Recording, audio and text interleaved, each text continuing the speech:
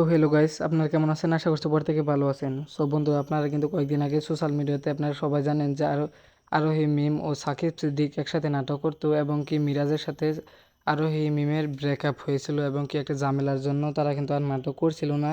তারা কিন্তু টিকটক সব জায়গাতে কিন্তু তারা আলাদা আলাদা হয়ে গেছিলো এবং কি সাকিব সিদ্দিকের সাথে কিন্তু নাটকও করতো আরোহী মিম এবং ভিডিও বানাতো। সো গাইস, ফাইনালি কিন্তু সাকিব সিদ্দিক বাদ দিয়ে এখন কিন্তু মিরাজের সাথে আরোহী মিম আবার একসাথে হয়ে গেছে। সো বন্ধুরা, আজকে ভিডিওটা ফুল দেখেন, তাহলে আশা করছি সব কিছু বুঝে যাবেন।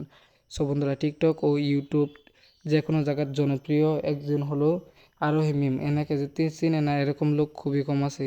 কিন্তু কয়েকদিন আগে সাকিব সিদ্দিকের সাথে নাটক বানাইতো, কিন্তু মিরাজের সাথে একটা ঝামেলা হয়েছিল। সে বলেছিল এমনি সে ভিডিও বানায়, কিন্তু মিরাজও কিন্তু কোনো দিক দিয়ে কম না। মিরাজও কিন্তু অন্য দিক দিয়ে আরেকজনকে সাথে ভিডিও বানাইতো।